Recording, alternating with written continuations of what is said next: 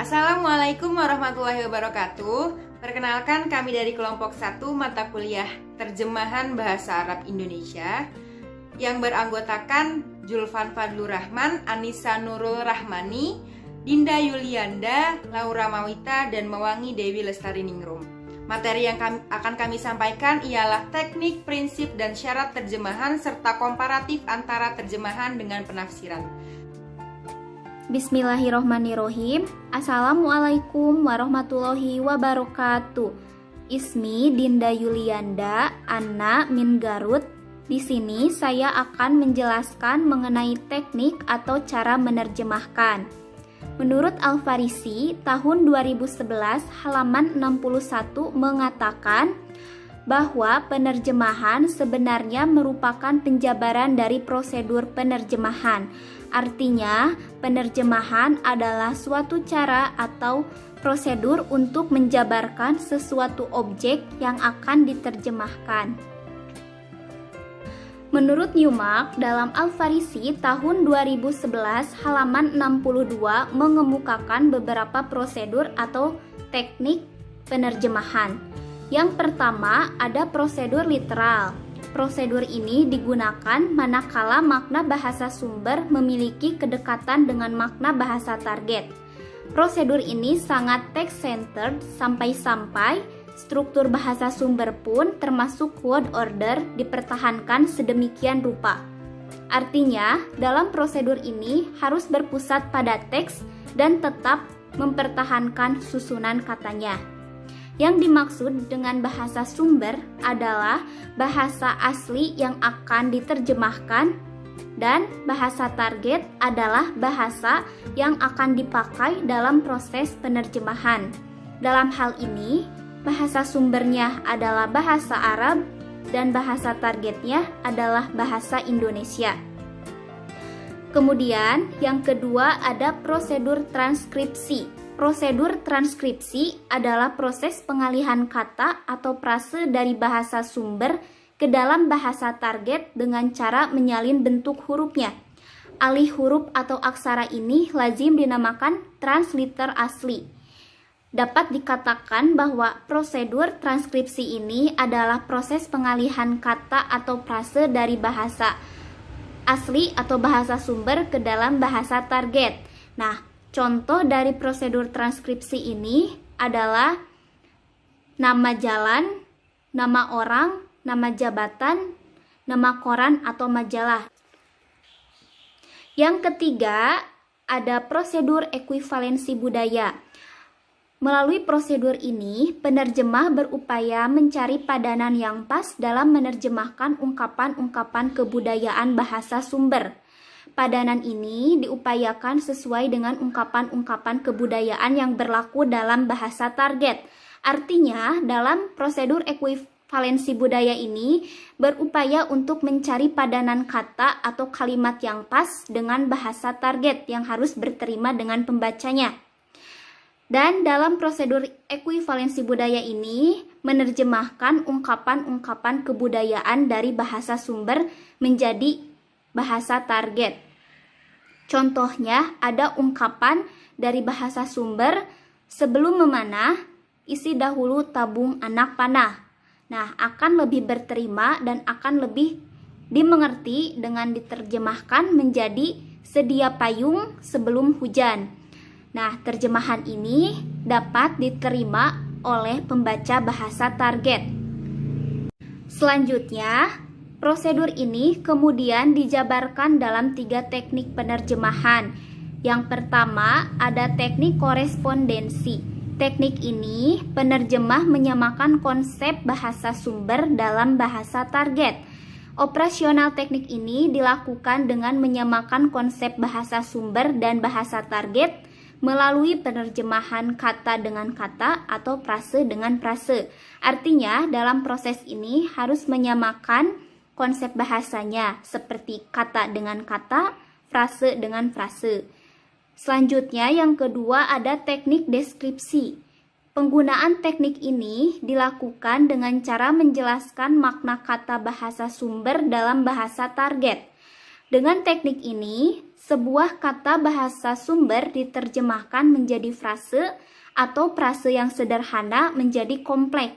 Artinya, dengan teknik deskripsi ini akan memperjelas secara rinci makna dari bahasa sumber ke dalam bahasa target. Yang terakhir, ada teknik integrasi. Teknik ini merupakan cara penerjemahan kata atau istilah dengan menggunakan dua teknik dalam memproduksi makna bahasa sumber dalam bahasa target. Pemakaian teknik ini dimaksudkan supaya makna yang terdapat dalam bahasa sumber menjadi lebih jelas dan mudah dipahami oleh pembaca bahasa target. Artinya, dalam teknik integrasi ini memakai dua teknik untuk memudahkan atau memaksudkan agar dapat lebih dimengerti oleh pembaca bahasa target. Nah, jadi dengan menggunakan dua teknik ini dapat lebih memperjelas makna kata dalam bahasa sumber menjadi bahasa target. Cukup sekian materi yang dapat saya sampaikan. Kurang dan lebihnya mohon dimaafkan. Terima kasih. Wassalamualaikum warahmatullahi wabarakatuh. Assalamualaikum warahmatullahi wabarakatuh. Nama saya Nisa Nurul Rahmani, NPM 1750373. Saya akan melanjutkan materi mengenai prosedur dan teknik penerjemahan. Prosedur penerjemahan yang keempat ada prosedur modulasi. Teknik ini digunakan untuk menunjukkan variasi dalam strategi penerjemahan melalui perubahan atau pergeseran sudut pandang. Sudut pandang ini berupa pergeseran kategori pemikiran seperti pergeseran dari abstrak menjadi konkret, sebab menjadi akibat, aktif menjadi pasif, ruang menjadi waktu, jamak menjadi tunggal atau sebaliknya, verba menjadi nomina, dan lain-lain. Terdapat dua jenis modulasi, yaitu modulasi yang bersifat wajib dan modulasi yang bersifat bebas. Jenis pertama merujuk pada perubahan yang harus dilakukan sebagai akibat tidak adanya padanan atau atas suatu struktur, kata, frase, atau hanya sebagian makna saja yang dapat diungkapkan dalam bahasa target. Sedangkan jenis kedua yaitu modulasi yang bersifat bebas, yaitu mengacu pada strategi penerjemahan yang dilakukan karena alasan non-linguistik, seperti untuk kepentingan menjelaskan makna. Prosedur yang kelima ada prosedur transposisi. Prosedur ini kebalikan dari prosedur literal yang mempertahankan struktur atau susunan kalimat dalam penerjemahan. Sedangkan struktur perlu disesuaikan agar hasil terjemahan selaras dengan kaidah bahasa yang berlaku dalam bahasa target. Penyesuaian struktur bisa diwujudkan dengan menerapkan prosedur terjemahan. Hal ini dikarenakan karena adanya perbedaan antara struktur kalimat bahasa sumber dan bahasa target. Penyesuaian akan melahirkan terjemahan yang wajar, bahkan tidak akan terasa sebagai suatu terjemahan. Prosedur ini merupakan prosedur penerjemahan yang dilakukan dengan mengubah aspek gramatikal bahasa sumber ke dalam bahasa target. Lalu prosedur ini terbagi ke dalam 6 jenis teknik penerjemahan. Yang pertama ada teknik transfer.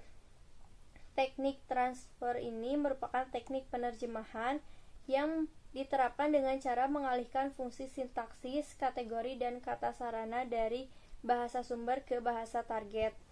Teknik ini sebenarnya merupakan realisasi dari metode penerjemahan kata demi kata, metode penerjemahan literal, dan metode penerjemahan setia.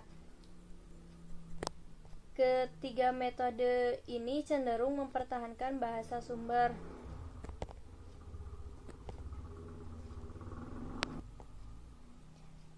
Operasionalisasi teknik ini antara lain terlihat pada penerjemahan surat Al-Baqarah ayat 10.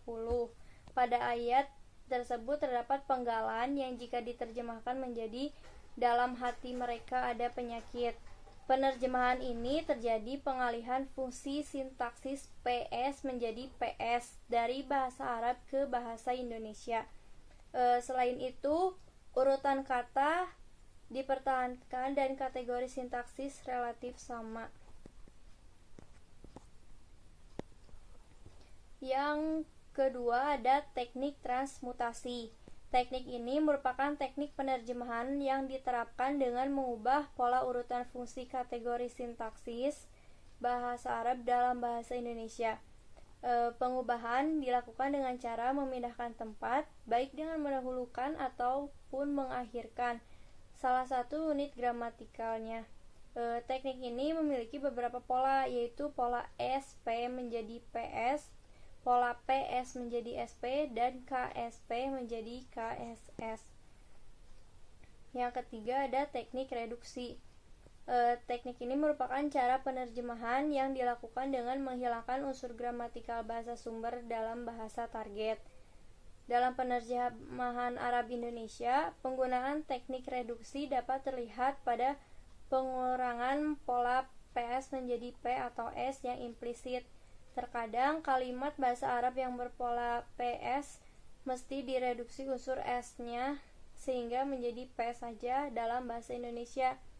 Jika unsur S dipertahankan, struktur terjemahan menjadi kurang berterima karena sudah disebutkan dalam konstituen inti atau sudah diketahui dari konteks kalimat. Sebagai contoh, dalam surat Al-Baqarah ayat 223 terdapat penggalan yang jika diterjemahkan menjadi maka datangilah tanah tempat bercocok tanammu itu bagaimana saja kamu kehendaki. Dengan teknik ini cukup diterjemahkan maka datanglah personal 2 jamak. Yang keempat ada teknik ekspansi. Teknik ini merupakan cara penerjemahan yang ditandai dengan perluasan fungsi dan kategori yang disebabkan adanya deskripsi makna bahasa sumber dalam bahasa target. Jadi, teknik ini kebalikan dari teknik reduksi. Dalam penerjemahan Arab Indonesia, perluasan fungsi dan kategori sintaksis dapat terjadi dari pola PS menjadi KPS. Contohnya dalam surat Al-Baqarah ayat 235. Terdapat penggalan yang jika diterjemahkan dengan menggunakan teknik ekspansi menjadi janganlah kamu mengadakan janji dengan mereka secara rahasia. Di sini terjadi perluasan fungsi dan kategori yang disebabkan oleh deskripsi makna bahasa Arab dalam bahasa Indonesia. Frase yang seharusnya secara harfiah berarti janganlah kamu mengadakan janji dengan mereka diperluas dengan menambah kata kawin. Yang kelima, teknik eksplanasi. Secara implisit, setiap verba dalam bahasa Arab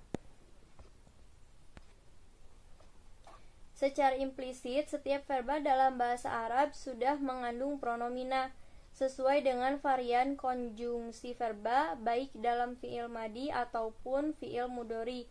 Terdapat 14 pronomina dalam bahasa Arab.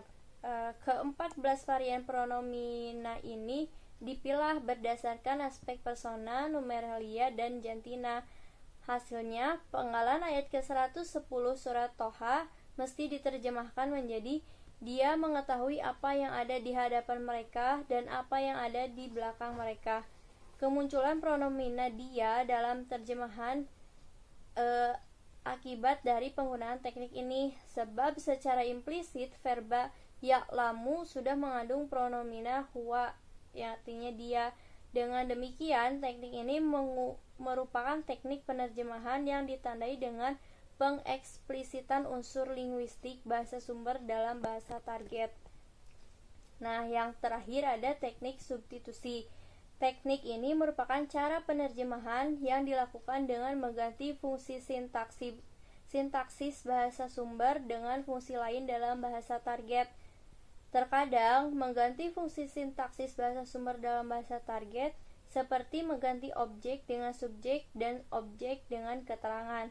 Contohnya ada di penggalan ayat ulang berpola PS diterjemahkan menjadi sesungguhnya pada yang demikian itu terdapat pelajaran yang itu berpola KP.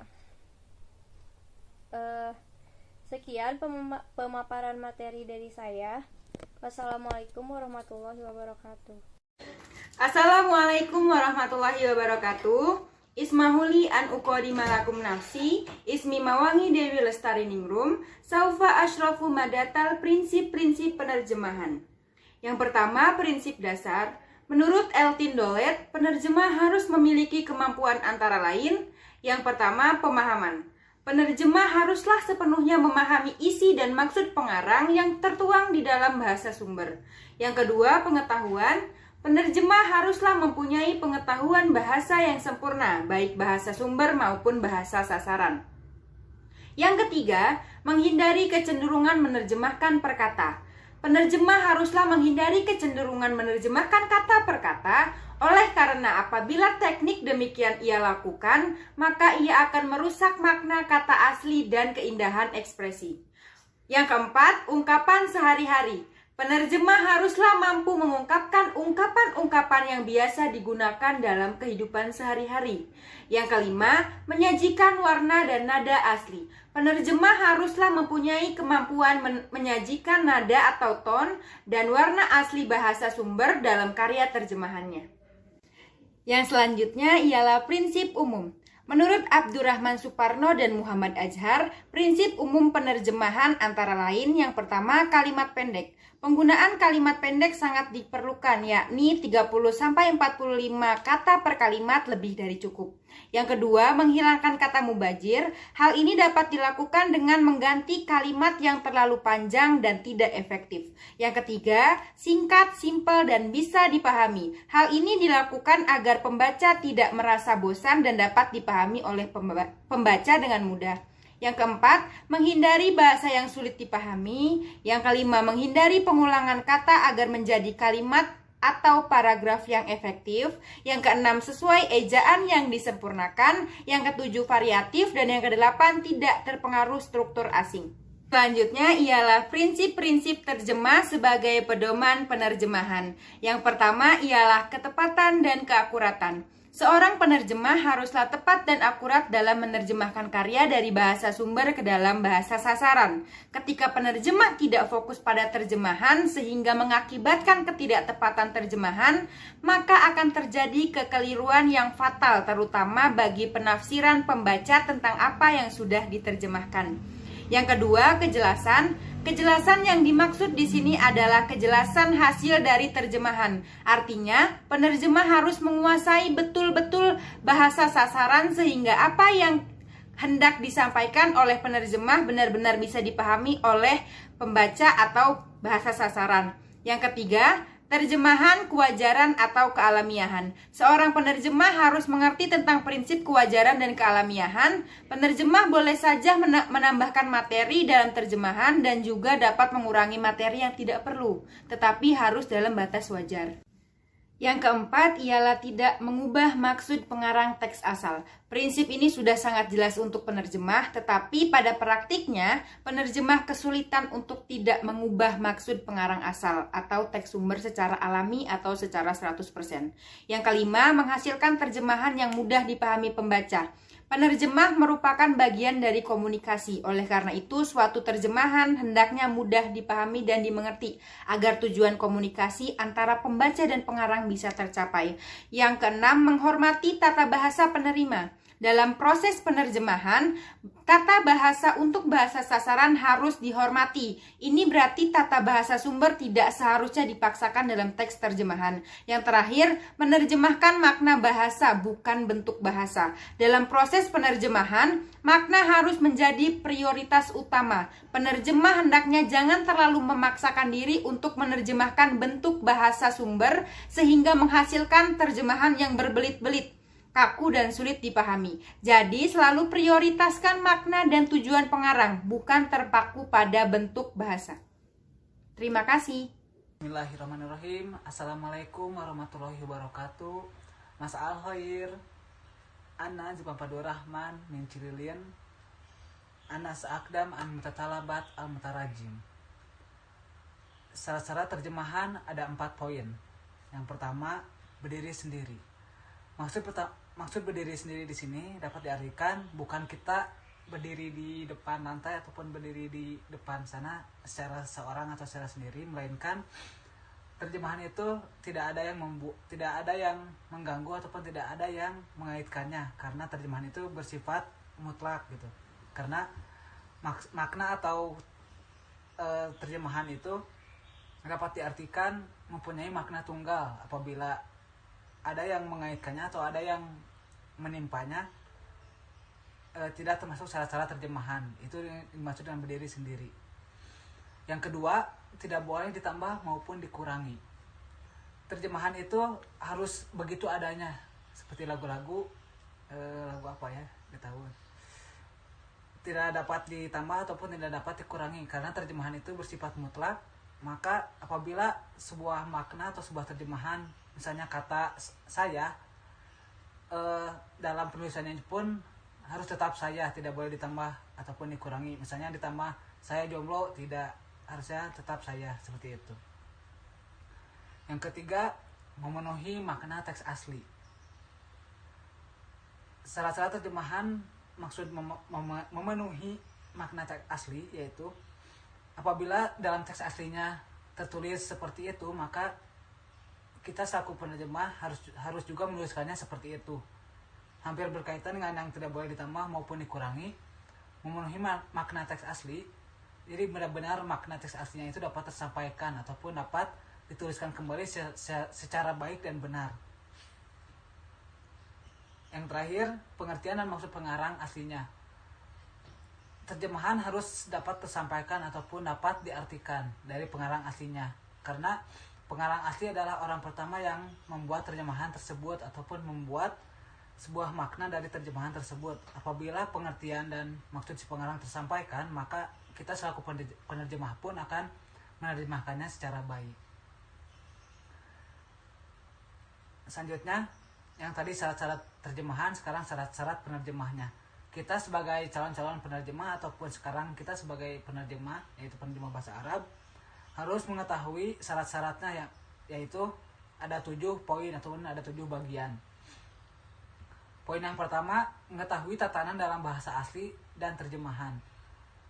Kita harus tahu dulu tuh apa yang bahasa yang akan diterjemahkan oleh kita, misalnya bahasa Arab, maka kita harus mengetahui tatanan ataupun struktur dari bahasa Arab tersebut agar dapat mudah untuk diterjemahkan. Yang kedua, mengetahui gaya bahasa dan kelebihan yang ada dalam dua bahasa itu. Kita sebagai penerjemah harus mengetahui perbandingan ataupun gaya bahasa yang ada di dalam dua bahasa. Misalnya kita orang Indonesia akan menerjemahkan bahasa Arab, maka kita pun harus mengetahui gitu apa saja kelebihan yang ada di dalam bahasa Indonesia dan bahasa Arab, agar tidak ada konteks yang menyeleweng ataupun yang tidak sesuai dengan kaidahnya.